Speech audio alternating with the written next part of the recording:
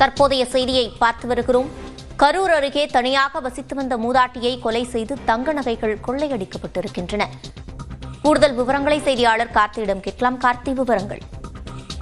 கரூர் அருகே சாலப்பட்டி பகுதியில் மூதாட்டியை இரவில் தனியாக இருந்தபோது மூதாட்டி கை காலை கட்டப்பட்டு வாயில் துணியை வைத்து அமுக்கி அணிந்திருந்த நகையை திருடி சென்ற மர்ம நபர்களால் பரபரப்பு ஏற்பட்டுள்ளது. அதாவது கரூர் மாவட்டம் உப்படமங்கலம் அருகே சாலப்பட்டி பகுதியைச் சேர்ந்த அந்த தாயார் அம்மாள் 83 வயது அந்த மூதாட்டி அவரது கணவர் மகன் இறந்த நிலையில் அந்த தாயார் அம்மாள் மட்டும் தனியாக வசித்து வருகிறார். மேலும் அவரது மகள் வெளியூரில் உறவினர்கள் வசித்து வரும் நிலையில் இந்த மூதாட்டி மட்டும் தனியாக, அதாவது அந்த தோட்ட பகுதியில் உள்ள அந்த சாலையோரத்தில் உள்ள அந்த தோட்ட பகுதியில் இவர் மட்டும் தனியாக வசித்து வந்தனர். இரவு நேரத்தில் மர்ம நபர்கள் வீட்டினில் உள்ளே சென்று அந்த தாயார் மூதாட்டியை கை கால் மற்றும் கட்டிலுடன் கட்டி வைத்துவிட்டு வாயில் சவுண்டு விடாமல் இருப்பதற்காக வாயில் துணியை வைத்து அமுக்கி அணிந்திருந்த நகை, அதாவது கழுத்தில் இருந்த செயின் மற்றும் தோடு மூக்குத்தியை கொள்ளையெடுத்து சென்ற அந்த மர்ம நபர்கள் அந்த நகைக்காக கொள்ளையெடுத்து சென்று அந்த மூதாட்டி கத்தக்கூடாது என்று துணியை வைத்து அமுக்கிய நிலையில் இறந்துள்ளார்.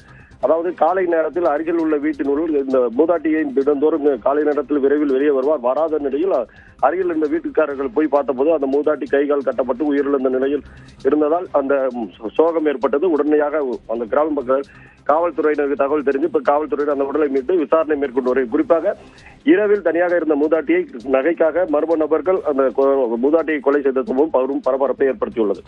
விவரங்களை வழங்கியமைக்கு நன்றி கார்த்திகேயன்.